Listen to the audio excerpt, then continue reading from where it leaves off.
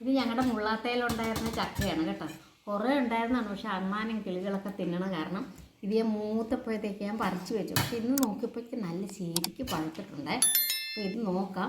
ഇത് എല്ലാവരും പറയണത് ക്യാൻസറുകാർക്ക് കൊള്ളാമെന്നാണ്, പക്ഷേ അത് ഒന്നും തെളിവില്ലാത്തതാണ് കേട്ടോ. ഇനി എന്നെ ചീത്ത പറയുന്നത് ക്യാൻസറുകാർക്ക് കൊള്ളാമെന്ന് പറഞ്ഞത് അത് കൊള്ളുമെന്നും നമുക്കൊന്നും തെളിയിച്ചിട്ടില്ല. ഷുഗറുകാർക്ക് ഒട്ടും കൊള്ളിയില്ലാത്തതാണ്. പക്ഷെ എന്നാലും ഇച്ചിരി കഴിക്കാമെന്ന് എനിക്ക് തോന്നുന്നു. കാരണം നല്ല ശരിക്ക് പഴുത്തിട്ടുണ്ട്.